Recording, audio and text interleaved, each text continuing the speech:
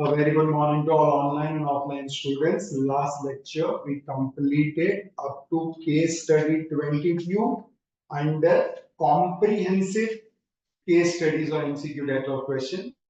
Today we will proceed with case study 23 onwards. Case study 23 क्या दो questions आपको बोले थे करने के लिए? Question number 1 and question number 1 and 2 आपको करने के लिए बोले थे। सबसे पहले क्वेश्चन नंबर 1 पे आते हैं। What will be the amount of goodwill as on 31st March X4 arising from acquisition of ABC Limited, arising from acquisition of ABC Limited। ये आपका ABC Limited, ये उसका 31st March X4 का balance sheet और ABC के बारे में detail यहां से है, यहां से लेके यहां तक एबीसी के बारे में डिटेल दिया गया है। यस, आपको वो डिटेल रिव्यू करना था। एंड एक इंपॉर्टेंट डिटेल दिया गया है यहां,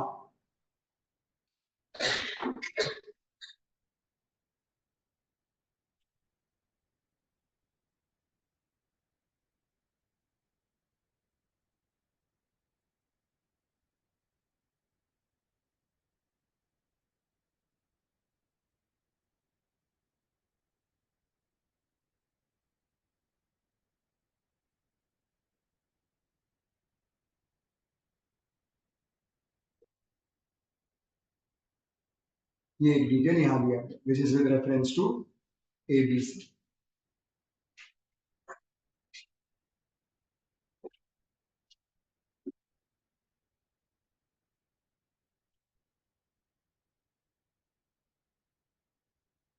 बराबर। अब यहां डिटेल है, आपने एबीसी में 80% एक्वायर किया 1 अप्रैल X1 को। आपका पीसी 480 है। जिस दिन एक्वायर किया उस दिन रिटेन अर्निंग्स 280 था। सर रिटेन अर्निंग्स तो 280 था, लेकिन उस दिन का शेयर कैपिटल कितना था? आपके पास बैलेंस शीट दिया गया है 31st March X4 को 180 का शेयर कैपिटल है। और कुछ अगर बोलता नहीं है तो we will say share capital remains same, so share capital is 1। आपके पास anyway net asset available है based on book value, based on book value। इधर बोला भी है they have not issued any share capital since acquisition of shareholding by XYZ Limited, मतलब share capital में कोई change नहीं। The fair value of net asset of ABC and PQR are same as their carrying amount, मतलब book value और fair value one in the same। XY significant influence of PQR, फिर बोलता है an impairment loss of 9.6 million has been identified in respect of goodwill arising from acquisition of ABC for year ended। भगवान उसका भला करे, उसने ये भी बताया है कि 9.6 का impairment loss है in respect of goodwill।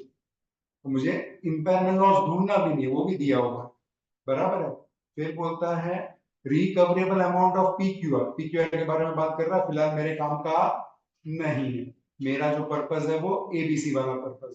तो अगर मुझे किसी तरह गुडविल मिल जाए, उस गुडविल में से मैं इम्पेयरमेंट लॉस माइनस कर लूं तो मुझे 30। सबसे पहला मेरे को बताओ what is consideration pay?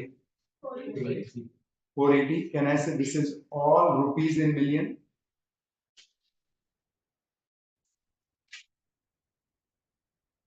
What is fair value of NCI, because consideration paid is to the tune of 80% acquired, balance 20% is NCI. उसका fair value भी दिया गया 95.4. What is set on date of acquisition? तो वो तो मुझे share capital plus reserves करना पड़ेगा. कितना होगा?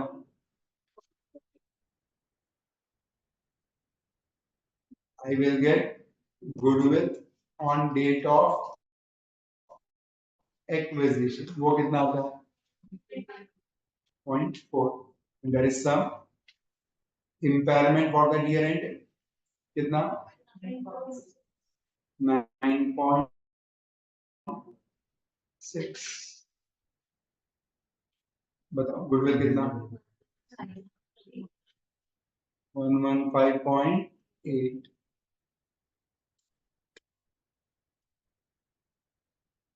Can we say correct answer would be A? क्या आया था आप लोग को? पक्का? अब पूछता है with what amount retained earnings of ABC to be debited? The answer retained earnings को डेबिट करोगे on account of development inventory on 31st March X. अभी क्या है ये डेवलपमेंट इन्वेंटरी? वो पहले ढूंढना पड़ेगा.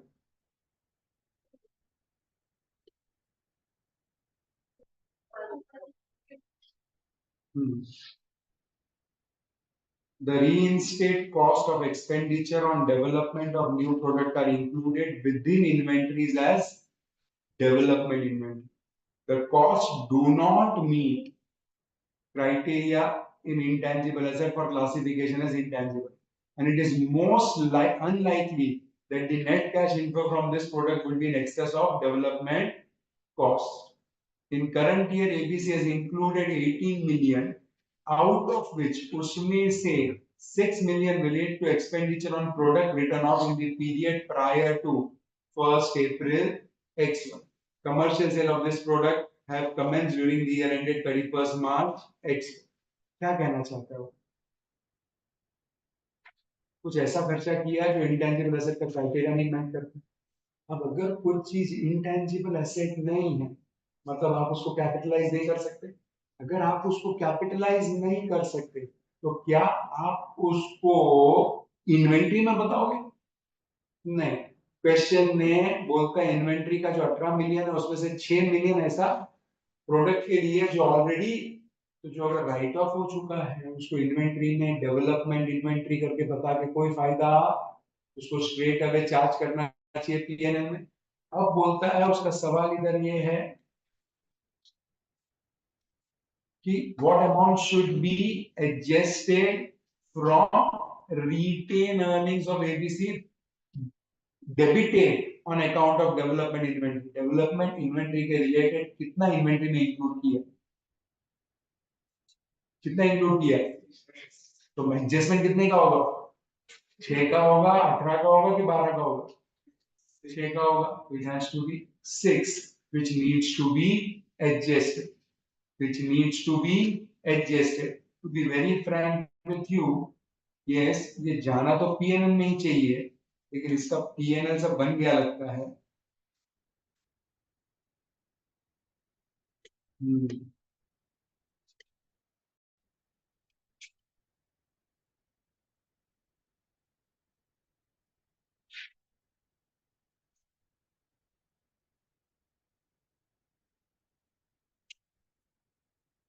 एबीसी. एबीसी मतलब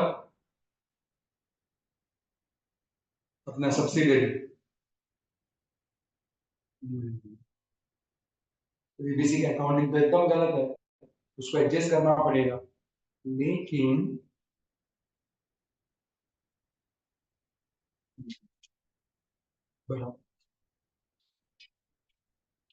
ये कभी राइट ऑफ हो गया था. कभी राइट ऑफ हो गया था.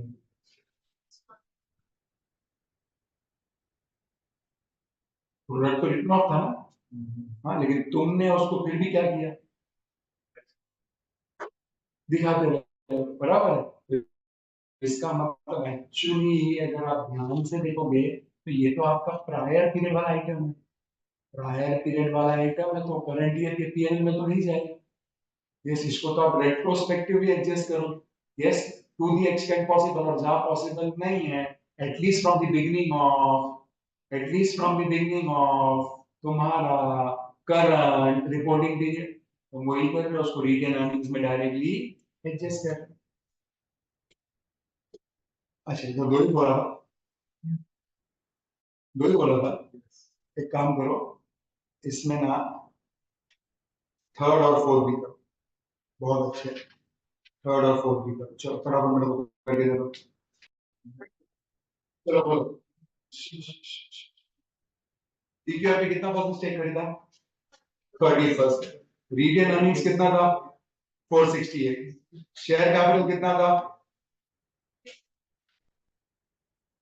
360। तो मतलब कैन वी से 468 plus 360 is the net asset value, बराबर कि नहीं? अच्छा, PC 432, that is for 30%।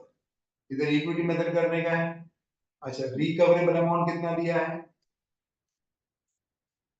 But this is for all the net asset. अपने लिए रिकवरेबल वुड बी इसका 30%, बराबर। अब मेरे को सबसे पहले बताओ, 468 प्लस 360 करोगे,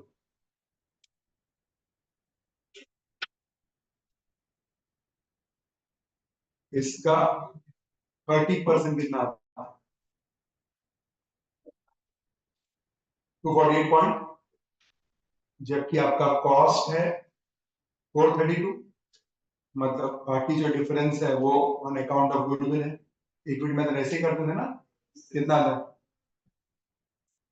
1, जोर से। तो 432 पे आया। अब इस 432 में मैं ऐड करेगा शेयर इन पोस्ट रिजर्व्स। क्या है पोस्ट रिजर्व्स? हमारा रिटेन अर्निंग 270 था डेट ऑफ एक्विजिशन पे, वही रिटेन अर्निंग हो गया 540। तो 270 क्या था? हाँ सॉरी, ऊपर वाले। सो 468 था, 468 से कितना हो गया? 540।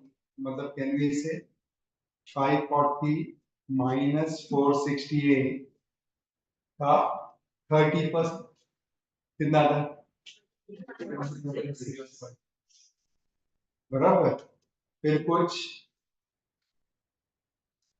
अनरियलाइज प्रॉफिट ऑन स्टॉक है, कितने पे बेचा है, क्या बेचा है? कॉस्ट कितना था? 30। बेचा कितने पे? 42। वो बाद में तुमने अप्रैल में किसी और को बेचा, एज ऑन 31 मार्च को अनरियलाइज है। Yes, there is an unrealise profit of 12 million. लेकिन इक्विटी मेथड में अगर याद रहेगा तो हम हमेशा बोलते थे कि unrealise profit is always to be adjusted to the extent of investor share. तो 12 का 30% कितना होता है? बताओ कितना होता है? 450। और रिकवरेबल अमाउंट, ये मेरा कैरिंग अमाउंट होगा। रिकवरेबल अमाउंट आता है, कितना बोला था उसने? 1176 इंटू 30, 352.8। कितना? 97.2।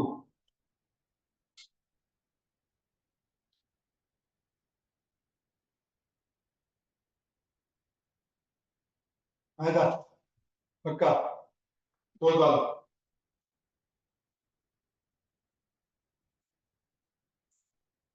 बोलो।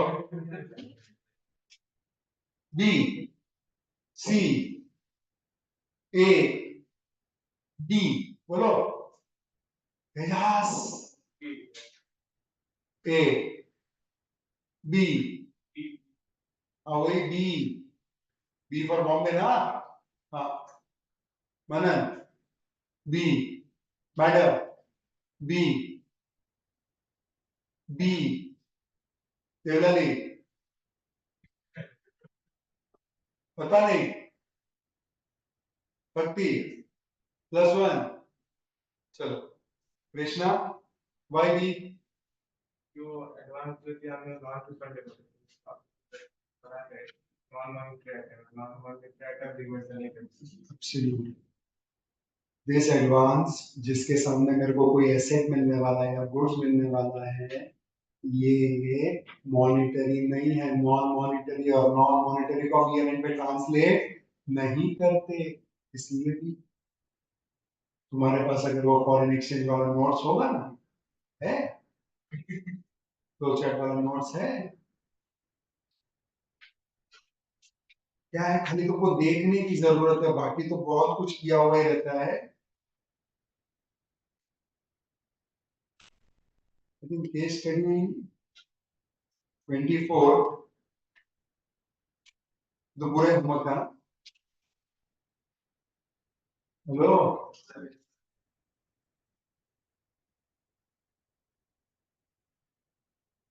केस स्टडी 25 कौन सा क्वेश्चन? फोर्थ और फोर्थ और फिफ्थ कर क्या हो गया?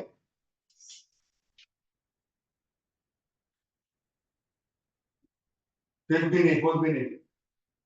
चलो एक 3 मिनट दिया, करके दे दो फटाफट फोर्थ और फिफ्थ।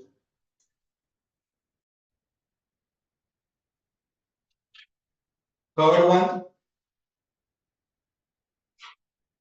3 साल का expense 50, 46 and 92, yes. Fifth one building को क्या पीपी करके बताओगे पक्का? यस, हेल्प और सेल नहीं, कंफर्म। ओके, तुम उसको वैसे भी यूज करने वाले हो। Okay, and fourth one EPS perspective हम बोलेंगे कि भले उसने ये कंसीडर किया है, but logically answer is something different based on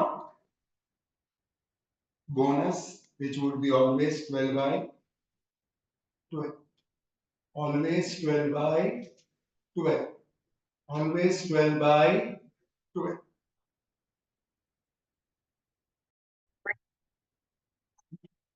कौन सा था पहला? थर्ड वाला है।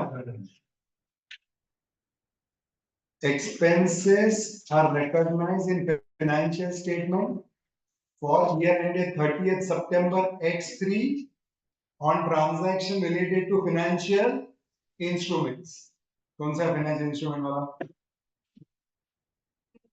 कौन सा? ये वाला है।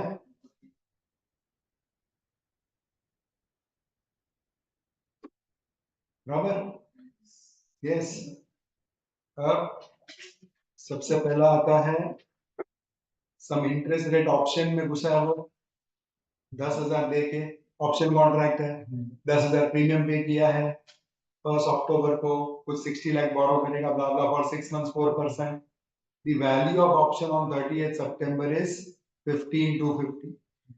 स्पेक्युलेटिव है, मतलब इट इज डेरिवेटिव है, तो और कुछ नहीं but fair value to PNL आएगा। तुमने 10,000 का प्रीमियम पे किया है, जिस दिन प्रीमियम पे करते हो पीएनएल में नहीं जाता, एसेट क्रिएट होता है, ठीक है। उसी दिन अगर ऑप्शन से बाहर निकलोगे तो उतना पैसा तो मिलता ही, और उसका वैल्यू 15,250 हो गया, हमारा एसेट का वैल्यू बढ़ गया 5,250, तुम्हारे पीएनएल में जाएगा।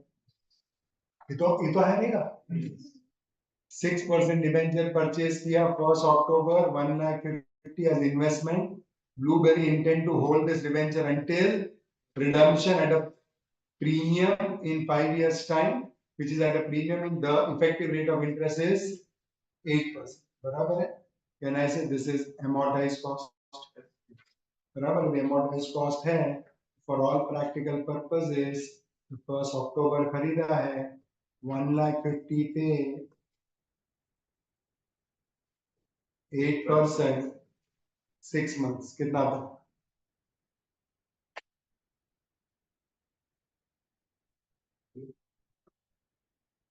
हाँ, इंटू 6 मंथ ना, कितना आता है बोलो? 6,000 आता है। एक सेकंड, सॉरी, सितंबर x3 है मेरे दिमाग में, मार्च चल रहा है, सितंबर x3 है, सो इट इज 12 months। कितना आएगा? 12,000। ये 12,000 जो इंटरेस्ट है वो भी किधर जाएगा? पीएनएल में जाएगा। Purchase 50,000 shares, 3.5. The share price on 30th September 3.7. 25 पैसे का प्रॉफिट, 50,000 इंटू 25 पैसा कितना होता है? 10,000 का प्रॉफिट आता है। तो 10,000 क्यों बोला? 12,500 ये भी प्रॉफिट है। अब एक स्टेटमेंट पास करता हूं, a designated financial asset at fair value through P&L where it is unavoidable। मतलब फेयर वैल्यू थ्रू पीएनएल वही डालता है वो जहां ऑप्शन ही नहीं है। अब मेरे को पता है डेरिवेटिव में ऑप्शन है क्या, ये तो फेयर वैल्यू थ्रू पीएनएल ही होगा। ये तो अपने को मालूम है अमोर्टाइज्ड कॉस्ट है। ये इक्विटी शेयर्स के अंदर क्या अपने पास ऑप्शन है अवॉइड करने का? क्या है? Fair value through OCI. मतलब this 12,500 will go to OCI. अब क्या पूछा उसने?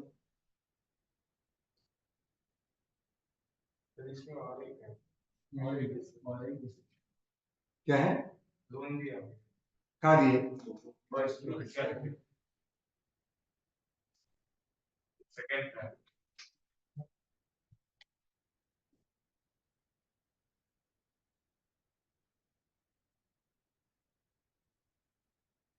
किधर है? कहाँ है?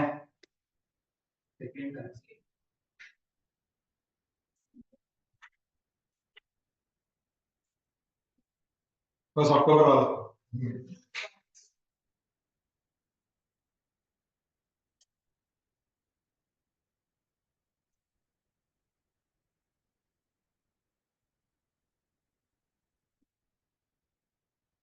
कितना लेंड किया है? लोन कॉस्ट कितना है? This is transaction cost. Whether we need to charge 1 lakh as cost in current year, cost in current year, capitalise नहीं करते हैं इसको, यस हम लोन के अंदर ऐड करते हैं, बराबर ना? तो transaction cost, not to charge interest on loan, help customer short term cash flow but expected customer to repay कितने साल के बाद? 2 साल के बाद।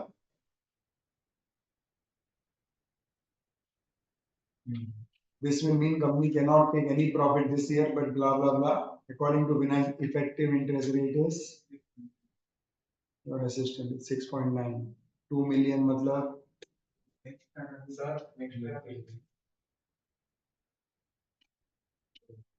just before the year end. We heard that customer has poor economic climate has caused significant problem. हाँ, यहाँ तो impairment आ जाएगा, बराबर ना? अगर तो impairment आ जाएगा, इम्पेयर, हाँ किधर गया? 20 लाख था, 2 मिलियन मतलब 20 लाख ना खर्चा, 19 लाख दिखेगा।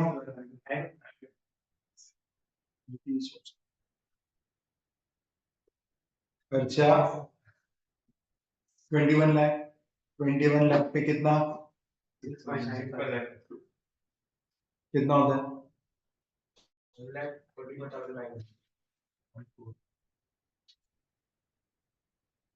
22 44,900।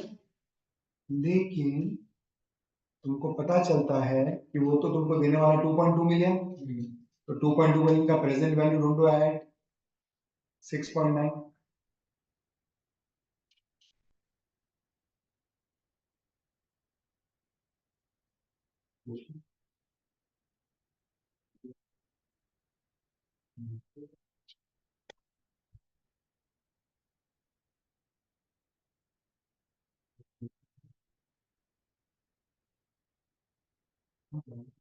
ये बोलो, 20 lakh 50,000 एक ही बार करना है प्रेजेंट वैल्यू, एक ही साल का 22 lakhs है, कितना होता है?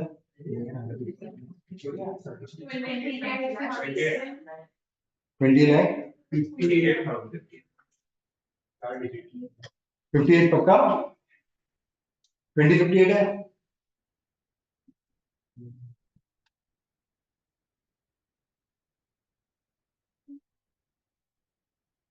ट्वेंटी लाख 58 है, डिफरेंस देखो।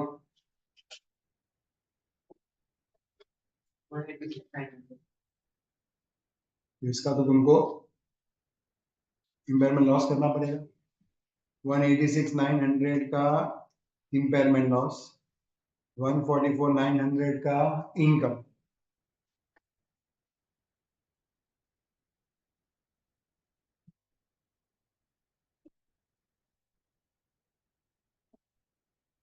क्या ये 42,000 लॉस है? इम्पेयरमेंट नहीं, it is net impact, net है, it is net of interest income and impairment loss. चलो तो अब बताओ क्या करने का। क्या क्वेश्चन था? हाउ मच एक्सपेंस, बोलो बोलो, मैच नहीं हो रहा। आई थिंक इधर कितने का गेन आ रहा है अपने को?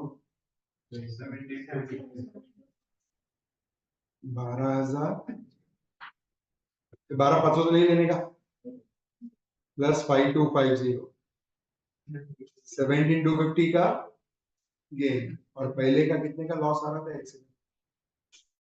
42,000 का लॉस, लॉस ना कितना आता है? 24,750 का loss। है ना, इधर एक्सपेंस करके दिया हुआ है। तो आंसर क्या दिया?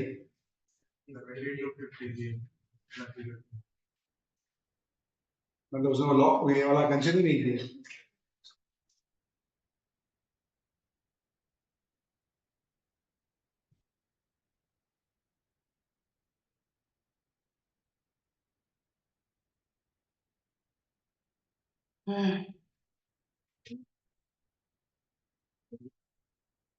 ठीक है, अपन ऐसा बदल देखो,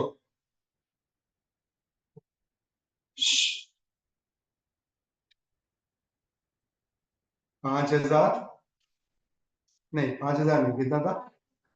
5,250 प्लस 12,000 माइनस 42,000,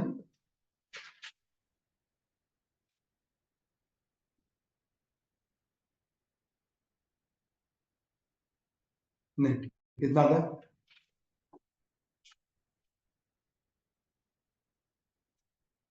हाँ, so this is as per ICA, but they have not considered all, they have only considered this paragraph, बराबर है?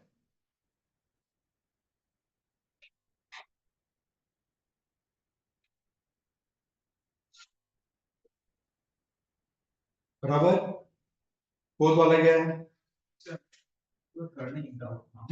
वो जो लोग का हमने कंसीडर किया कैलकुलेट, उसमें हमने कैसे किया 2.1 कॉस्ट है, ईयर एंड के पहले ही पता चला कि 2.2 ही नहीं है हमारा, तो हमने फिर इफेक्टिव इंटरेस्ट रेट कंप्यूट किया 2.5% कुछ आया। you cannot change effective interest rate बेटा, वैसे तो इफेक्टिव इंटरेस्ट रेट चेंज करते हैं तो लाइफ में कभी इम्पेयरमेंट आएगा ही नहीं फिर। तो मतलब इम्पेयरमेंट की जरूरत ही नहीं वैसे केस में, है ना? 6.9% हम लोग चार्ज करेंगे पीएनएल में। तो अगर इफेक्टिव इंटरेस्ट रेट चेंज करता रहेगा तो इम्पेयरमेंट करके कभी आएगा नहीं ना लाइफ में, चलेगा वो?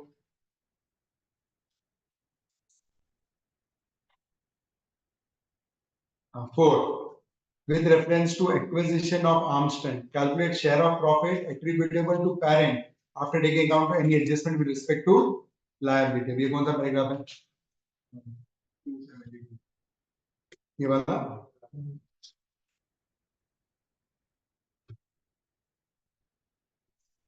यहाँ से यहाँ तक बस, और कुछ है? 1st October X2, it acquired control, purchased 60%, where compliance with Ind AS is required by law. In that country, there is no requirement to discount liability. Nonsense. ये कैसा हो सकता है? एक Ind AS बोलता है, बोलता है no material fair value adjustment varying on date of acquisition. ठीक है?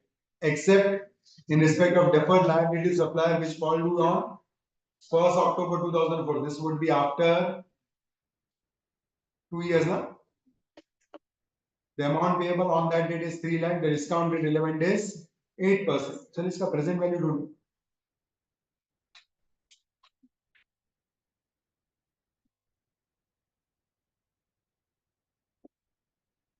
फर्स्ट अक्टूबर का ढूंढो प्रेजेंट वैल्यू.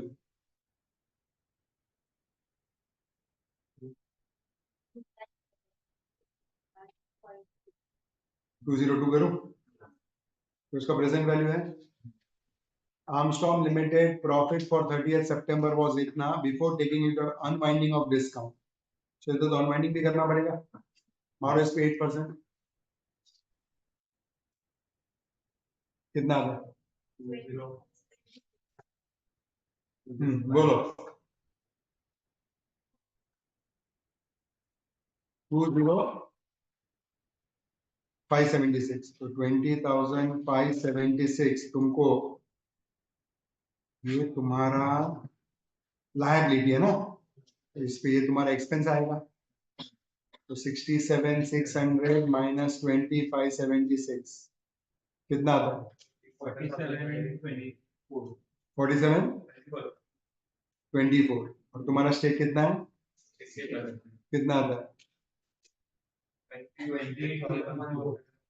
28. नहीं आ रहा है. राउंडिंग ऑफ किया रहेगा तो 28,140 नजदीक बात. 50 करने का था. हाँ तो बोलो. Acquisition Armstrong calculate expense in respect to transaction if any on 30th सितंबर. कौन सा एक्सपेंसेस आएगा तुमको? बोलो 30th सितंबर को क्या कैलकुलेट किया तुमने अनवाइंडिंग के लिए? इधर किया है कितना? 2576. नहीं है वो भी नजदीक वाला. Getting this?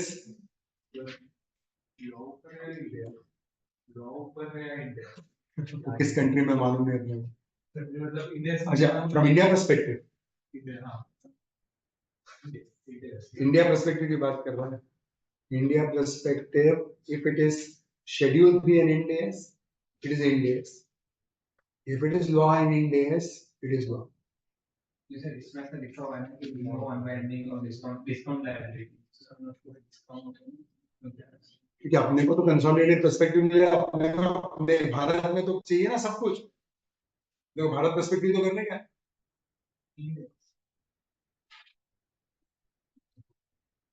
28 दिया था. 28 दिया था. पूरा होगा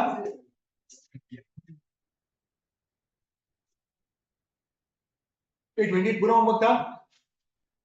चलो थर्ड और फोर्थ. 28 का थर्ड और फोर्थ करके दे दो. Third and fourth of 28.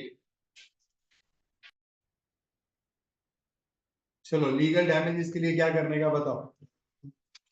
Legal damages we are on case study number 28. किधर लीगल डैमेजेस? ये वाला है. हेलो कितना मिलियन के लिए फाइल किया है?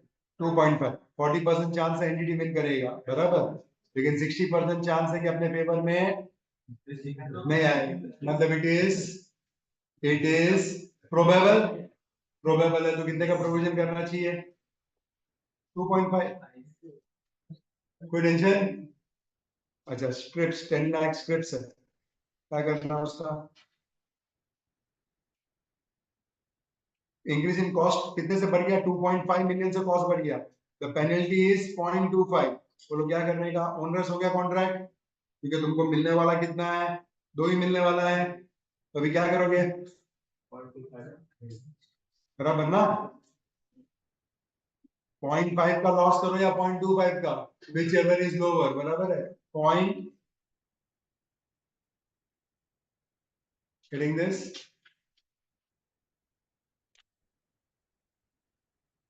ठीक है, 28 के बाद 29 है ही नहीं,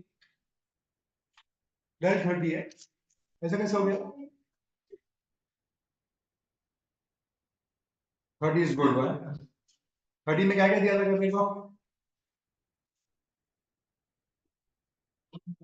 1 and 2। 2 नहीं, अच्छा 1 2 and 5 कर गया है। 1 2 5 1 किया है, हाँ तो 2 और 5 कर, 2 और 5 करके दे।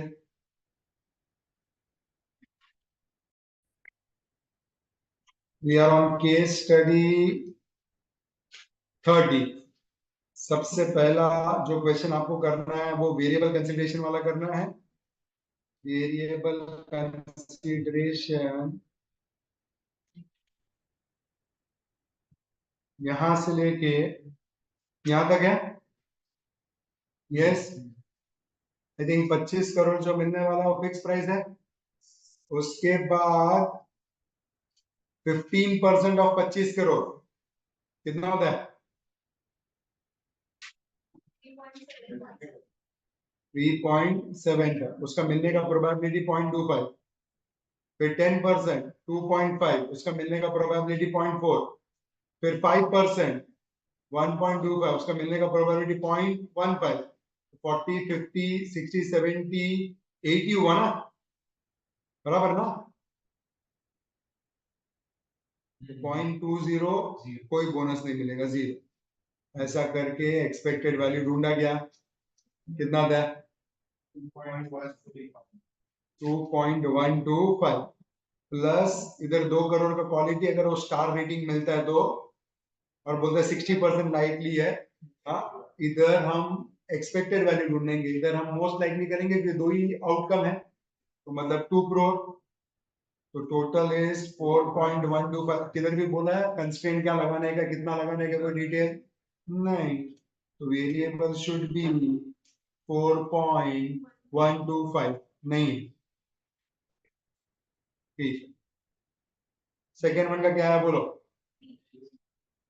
14.584 5। चल देख लेते हैं कौन सा वाला पैराग्राफ है। यही वाला ना?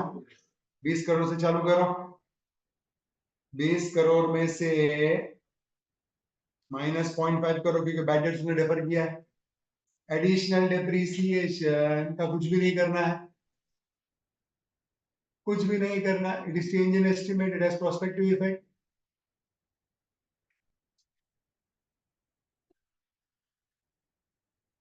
बराबर ना? ये चेंज इन एस्टिमेट है। हमने ऐसे क्वेश्चन 34 में किए इंडेस, और ये सब चेंज इन एस्टिमेट को छोड़ ही दिया हमने, उसको कुछ नहीं करना है। और फिर कुछ एडमिनिस्ट्रेटिव एक्सपेंसेस है, इसको डेफर किया उसने, ये तो इसी साल में से माइनस होगा। कितना आता है? कौन सा आंसर? फिफ्थ केस में ये मान लो फॉरेन करेंसी बोर्डिंग वाला है, लो कितना है? पर वो फॉरेन करेंसी बोर्डिंग वाला किया है, लो एक। अभी आ जाओ 31 पे कौन सा दिया था? कुछ भी नहीं दिया, पूरा होमवर्क दिया।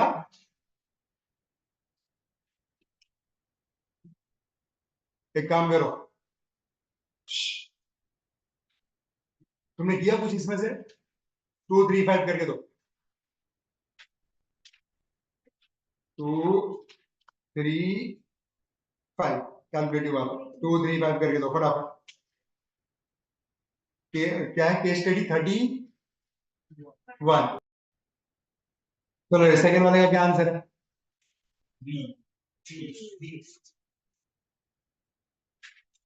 बी की डी? दिल्ली बोल रहा है, बॉम्बे की दिल्ली। केस स्टडी 31 है ना, बराबर ना? डीटी है 15 लाख।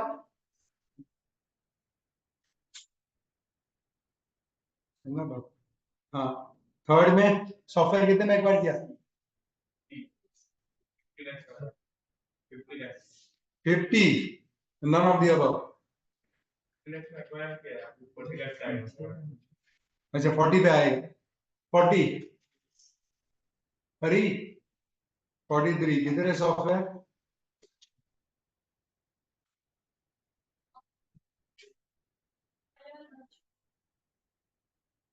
ये वाला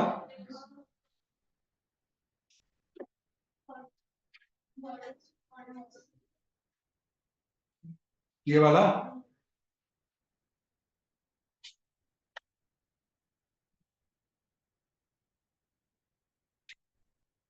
ये ठीक है, ये वाला है ना? क्या लिखा है? acquired copyright for certain software on 1st April 50 lakhs, the software will develop blah blah blah, management based on income useful life 10 years, management perform fair value assessment and acquired the software based on 48 lakhs and 43 lakhs। कब का चाहिए अपने को? 31 मार्च X3। अब देखो, intangible asset जिसका active market available है तो रिवैल्यूएशन मॉडल फॉलो कर सकता है। मेरा फर्स्ट ईयर के अंदर 5 लाख का अमोर्टाइजेशन आएगा, 5-10 साल का लाइफ है, तो 45 और 48 बराबर है, तो it will go on 48। Then next year इस 48 पे 9 साल का डेप्रिसिएशन कितना होता है? 5.33, so it would be 42.67 या 43, so we'll say we'll revalue it again at 43, so answer is 43। 50 के साथ है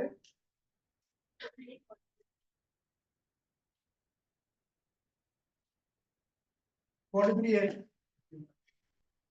हेलो, और कौन सा क्वेश्चन दिया था? कौन सा दिया था? 5 का कितना बोलो? A 2 lakhs। चलो बराबर। इसके बाद जाओ,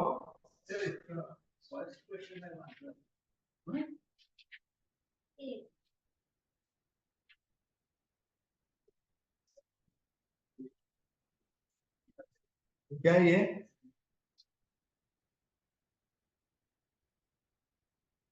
Which of the following is not a condition to determine whether investor controls an agent?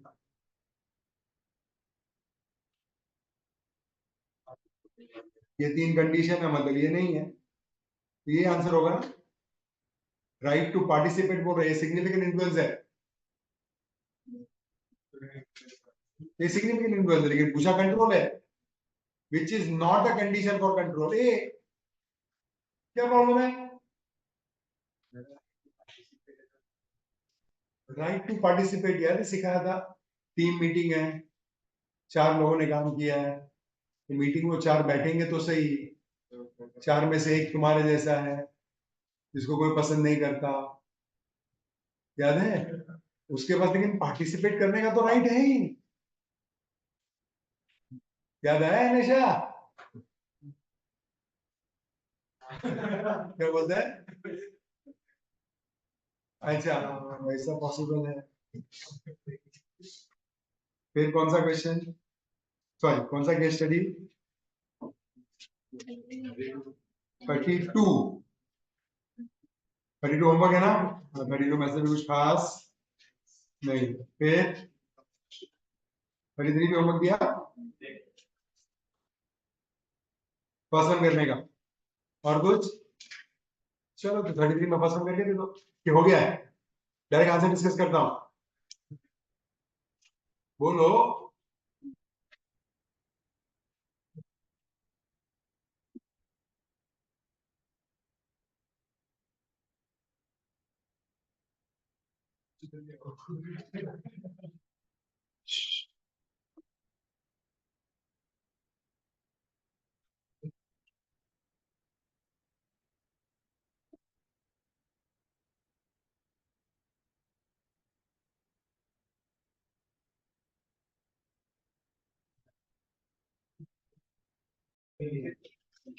चलो किधर पढ़ने का ये वाला पार्ट?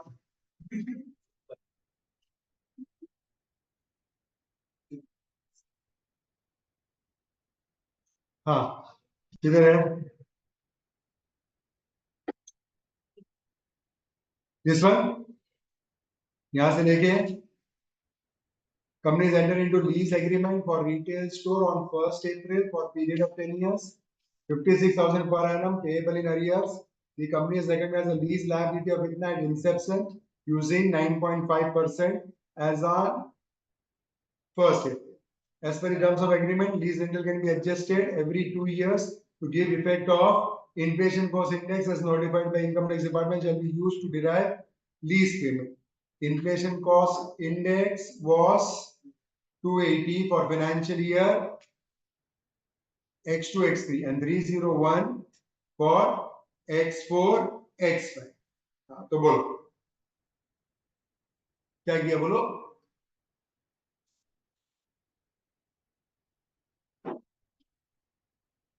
कितने से बड़ा?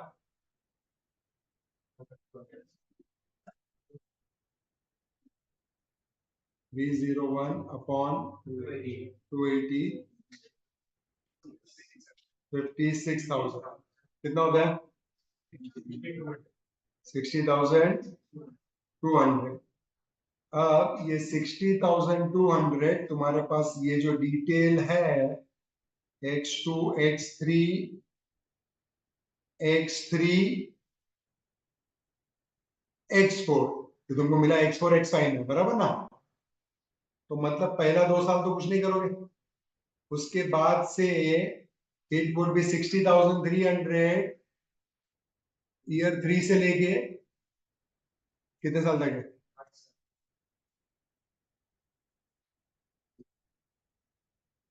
6200। डिस्काउंटिंग रेट क्या लोगे? डिस्काउंटिंग रेट क्या लोगे? बोलो बोलो बोलो बोलो बोलो बोलो।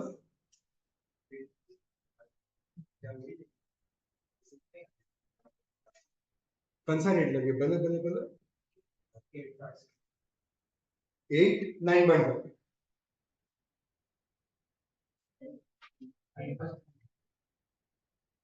चलो कितना लोग 8 बोलता है? ओके, ये सब जो 8 बोलता है क्या बेसिस पे बोलता है तो बोलो, क्या बेसिस पे बोलता है? सिंपल क्वेश्चन पूछ रहे। अगर तुम 8 बोलते हो तो कोई बेसिस होना चाहिए।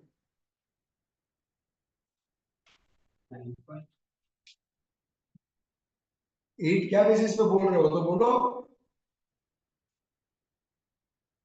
क्योंकि 8 दिया था इसलिए। तो फिर अरे, तो कैसा?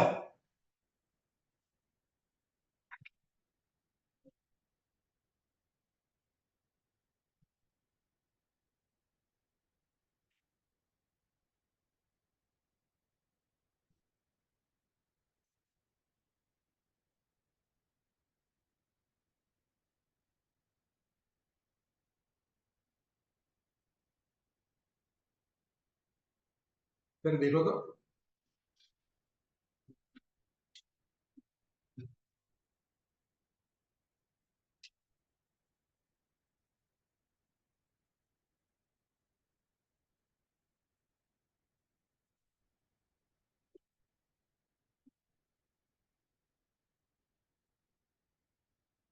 बॉस, जो पार्ट ऑफ तुम्हारा एग्रीमेंट है उसमें कोई डिसीजन नहीं है।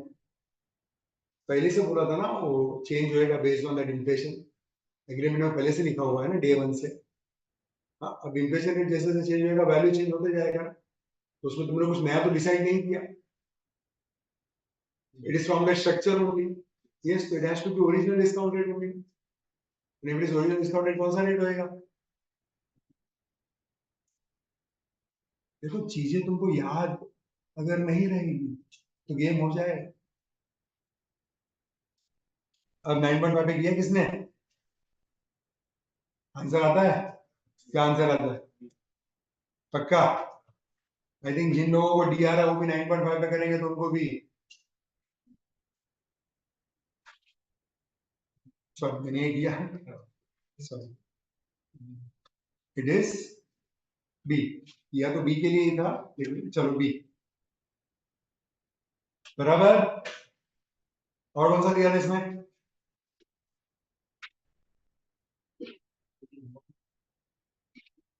34 होमवर्क में. हाँ क्या बात करती. और तुम सब कर गया. हाँ तो होमवर्क था तो करके आने के लिए था ना.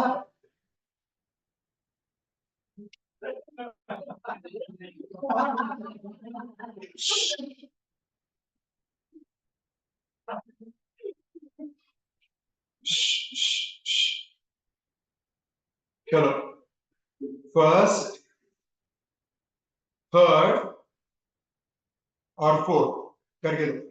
फर्स्ट थर्ड और फोर्थ करके दो. चलो consideration transfer by A to C कितना? सबको आ रही है.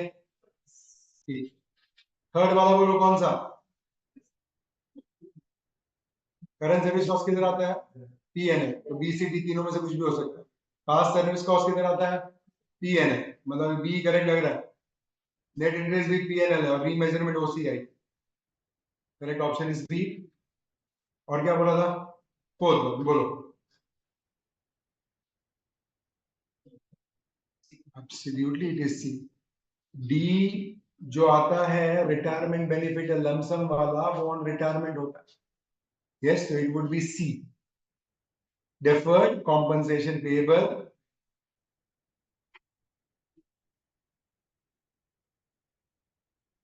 ये आपका नहीं है. क्यों नहीं है? बोलो क्यों नहीं है? Gap gap यूएसयूएस.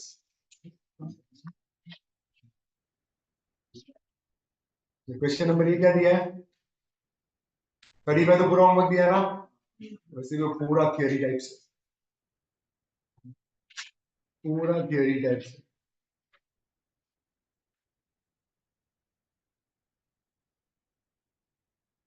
ओके फिर क्या है?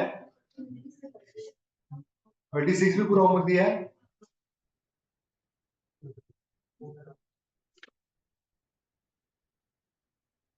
हाँ चलो वो भी पूरा. कुछ कैलकुलेट करने में कुछ खास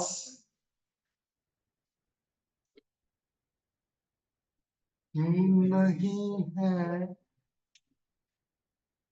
एक थर्ड वाला कुछ कैलकुलेट कर सकते हो but that is also been done. So ठीक है इट इज डन. ओके एक काम करो खाली. ये कौन सा केस स्टडी है? 30.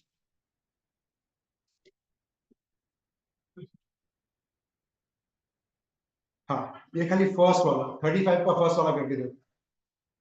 35 का फर्स्ट वाला.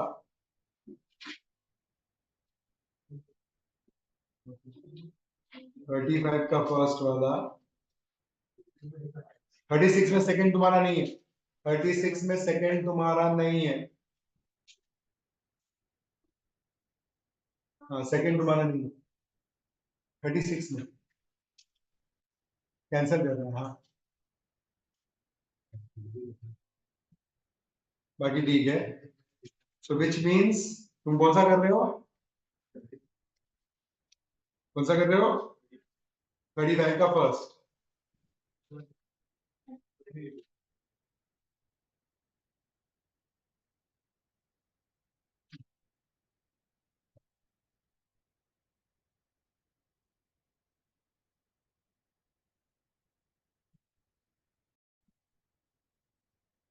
Yes, it is no deferred tax. You need to understand, आपने बिजनेस कॉम्बिनेशन में अगर कुछ गुडविल क्रिएट किया है, उसके रिलेटेड कभी भी डेफर्ड टैक्स आपको क्रिएट करना। सर ऐसा क्यों? क्योंकि तुम्हारा गुडविल कैसा आता है? What is your goodwill?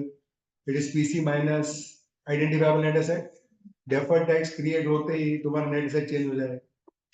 Net asset change होते ही there would be additional goodwill. फिर उसमें वापस डेफर्ड टैक्स क्रिएट करोगे तो वापस नेट एसेट चेंज हो जाएगा।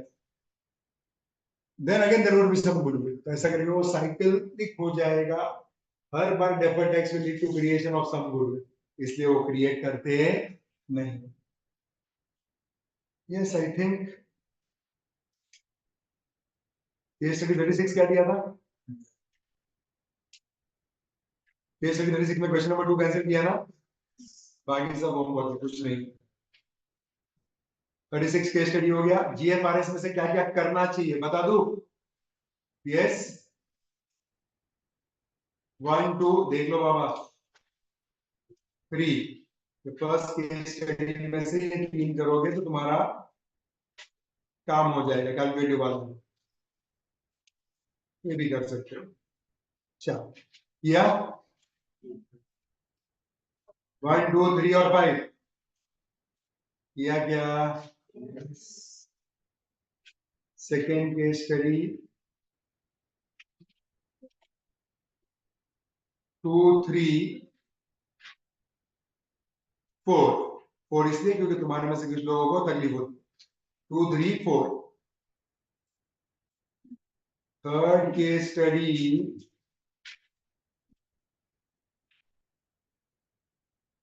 इधर गया, ये है ना थर्ड।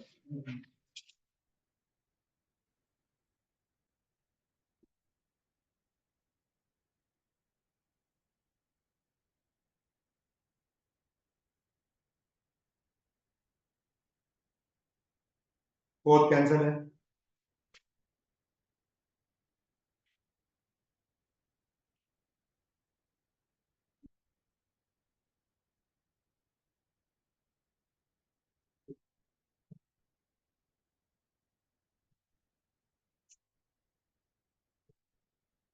ठीक है करो आप, ये फोर्थ खाली कैंसिल किया, बाकी आप कर सकते हो।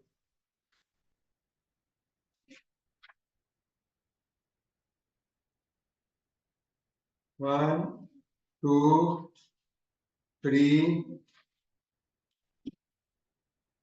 4 5। 5 का 5 करो, ये मस्त है, पूरा कैलकुलेटेड।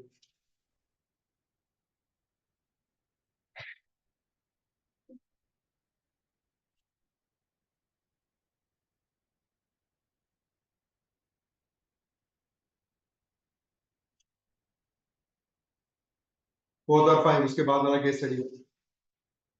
केस स्टडी 2 में 4 और 5। केस स्टडी 3 में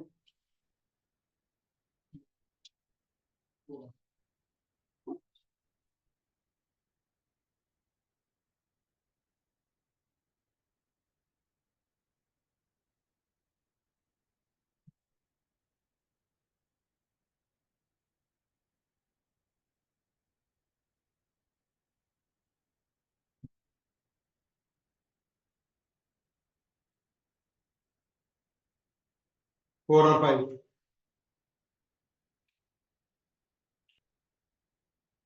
केस स्टडी 4 में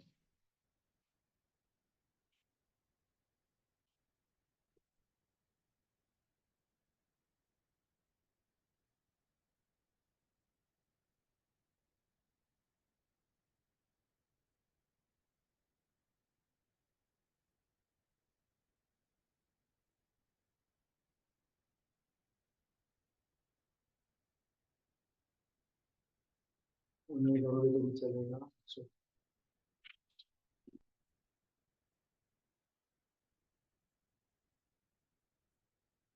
ग्रांड वाला तो सिमिलर अपन ने किया है, अगेन ग्रांड वाला है।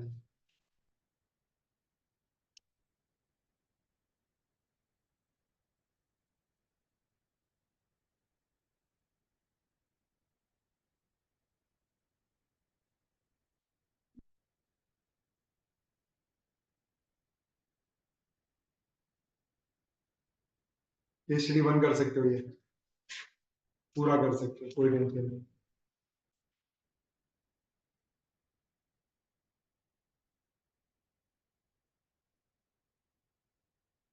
तुम नहीं करोगे?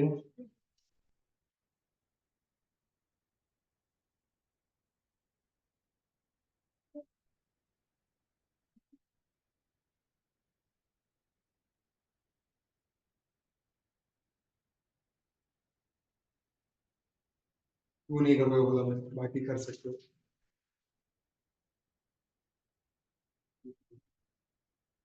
ये कौन सा केस स्टडी है ये? केस स्टडी 3, पांचों कर सकते हो।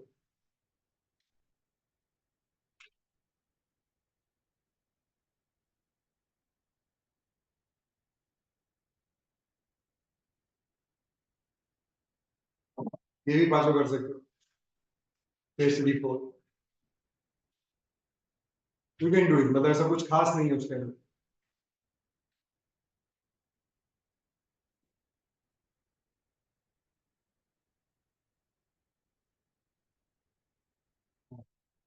ये वाला भी कर सकते हो।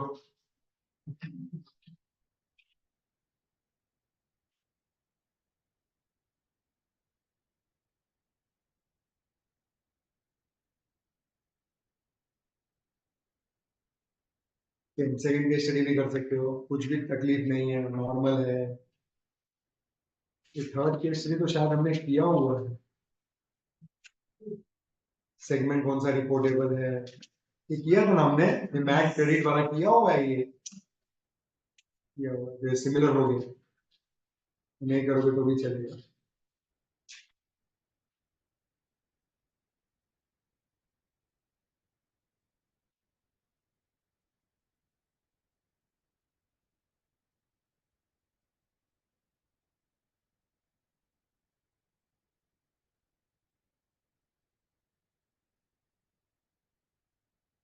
और कर सकते हो पूरा, कुछ नहीं है उसके अंदर।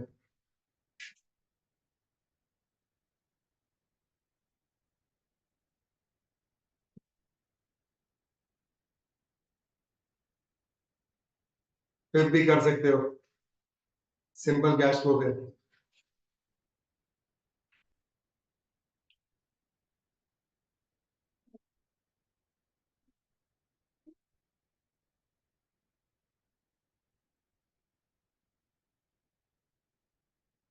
ये देखो लास्ट में है ना, इधर देखो,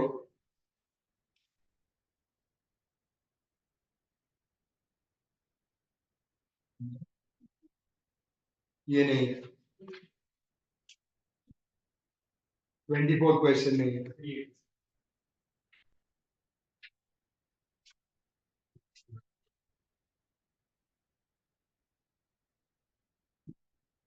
ये नहीं है,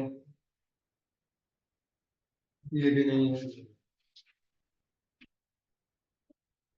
ये जो केस स्टडी इधर देखो, ये एडवर्टीजमेंट कॉस्ट, स्टाफ बोनस, ये सब अपने किया हुआ बीच बीच में देखो। ये कितना टाइम लगता है इसको, ये देखो, ये सब कॉमन क्वेश्चंस है। बट इसमें कुछ क्वेश्चन के आंसर्स नहीं है। इधर देखो, पेज नंबर,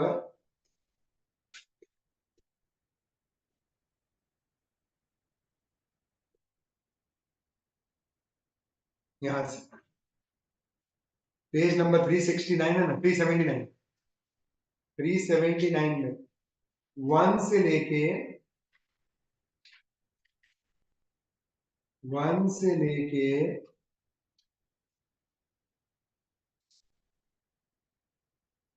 23 तक सिर्फ तुमको टिक मार के आने का है। क्या मार के आने का है? क्या मार के आने का है? टिक मार के आने का है। हम सिर्फ डिस्कस कर लेंगे।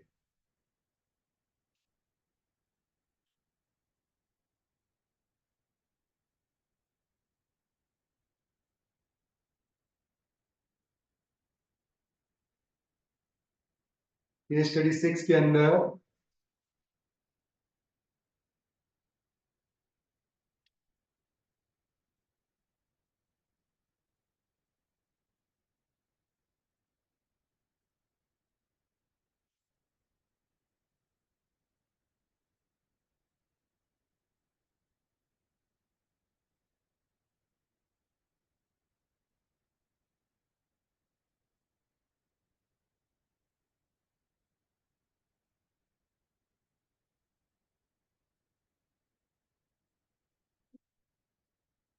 7 कर सकते हो पूरा, हम्म, ये पीछे खत्म ही नहीं हो रहा है।